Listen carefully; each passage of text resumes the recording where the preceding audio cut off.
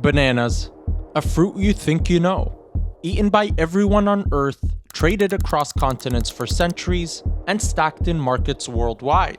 But what if I told you that surface is a lie? Every scan of the 4011 barcode doesn't just register a price. It reveals the story of a man who wanted what others took for granted. A man who once rose to the top, stopped at nothing. He bribed politicians, overthrew governments, and built an empire from raw. What began as a rags to riches story became a tale of ambition without any limits. The year is 1900, and the banana trade is ruled by a machine called the United Fruit Company. They called it the Octopus. Its tentacles reached everywhere. Steamships that carried fruit north, railways that cut through Central America, and governments that bent to its will. To crush its competition, United Fruit quietly bought 49% of competing companies, which was enough to control them without breaking US antitrust laws. They wanted total dominance, and they demanded perfection.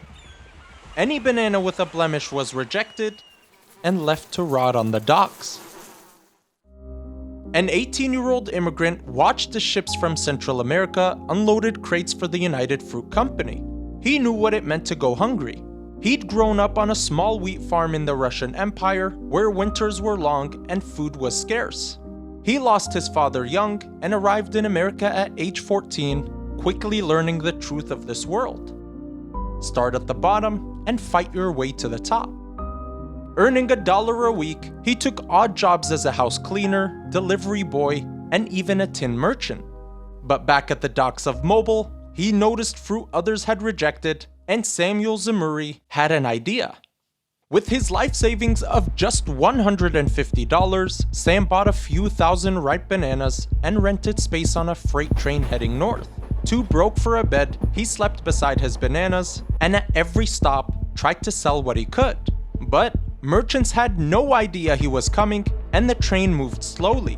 What should have taken 3 days stretched to nearly a week, and the bananas were ripening fast. Desperate, Sam made a plan. At the next station, he went to a Western Union office and offered the operator a cut of his profits to telegraph ahead that cheap bananas were on the way. The operator agreed, and word spread. Crowds gathered at the next stops, waiting for the fruit others had thrown away, and Sam sold every last banana from the boxcar door, making a $40 profit in just 6 days. Suddenly, trash became treasure, and the world began to know him as Sam the Banana Man. Week after week, he rode the rails again, selling fruit others thought was worthless and getting rid of it before it rotted. It was a risky business, but it worked. By age 21, he built a $100,000 fortune, and soon the United Fruit Company noticed. We must ensure that our interests are fully aligned. I believe we can find common ground for a mutually beneficial agreement. Sam was now in control of over half the US market's ripe bananas, and if he had stopped there, it would have been an inspiring success story. However, Sam got a taste of power, and suddenly, he wanted more.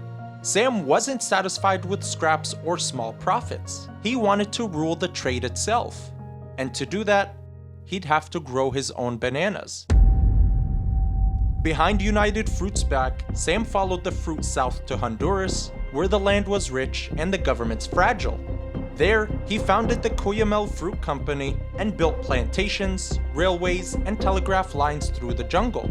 But growing fast came at a cost. To keep his banana prices low, Sam bribed politicians, securing deals that exempted his company from major taxes. Yet, even he couldn't escape the country's debts. Honduras had long struggled under failed projects, and to collect what was owed, the US government stepped in, taking control of the nation's tax system.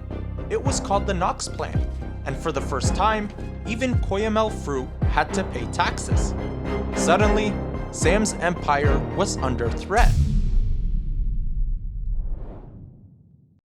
Ready to fight back, Sam began by lobbying in Washington, trying to make the new tax deal more favorable to his business. But the US government stood firm, and Secretary of State Philander Knox gave him one final warning. Don't meddle in Honduras. Frustrated and determined, Sam turned to more direct action. He planted stories in Honduran newspapers, portraying the government as corrupt and incompetent, stirring anger among citizens who saw their leaders as surrendering the nation's sovereignty. With the people's anger rising, Sam then turned his attention to those who could actually change the government. He met with the exiled former president of Honduras, General Manuel Bonilla, and the two struck a secret deal. If Bonilla regained power, Cuyamel fruit would be exempt from taxes, and Sam would be given 24,700 acres to plant his bananas. Together, they raised an army and disguised the coup as a revolution. Sam funded the mercenaries and bought a 160-foot ship ready to strike at the Honduran government and protect his business. Within a few weeks, they pressured the president of Honduras to resign, and their plan worked. Bonilla seized power, and the phrase Banana Republic was born. A country ruled not by its people, but by the men who owned its fruit. By the late 1920s, both Cuyamel and United Fruit were fighting for territory, each backing different political groups and military coups. This turned Honduras into a battleground for corporate interests until the US government stepped in and pressured both companies to merge. So in 1930, United Fruit acquired Cuyamel, paying Sam $32 million in United Fruit stock. For the first time in his life, Sam walked away.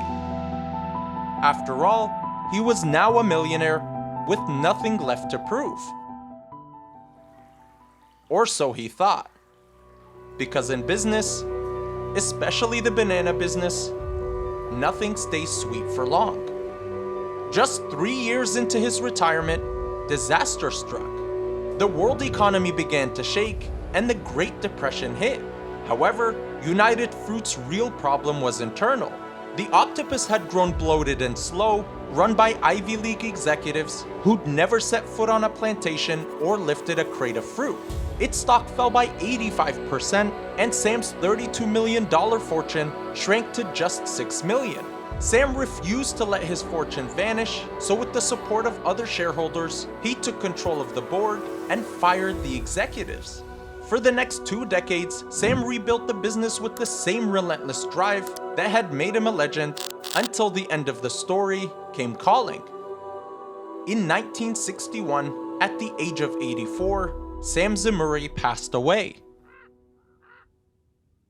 The Banana Man is long gone, and the company he once fought to control has changed names many times.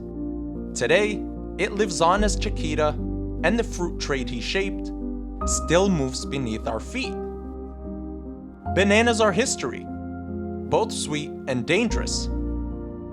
But they ask one simple question: what are others throwing away that can make you unstoppable?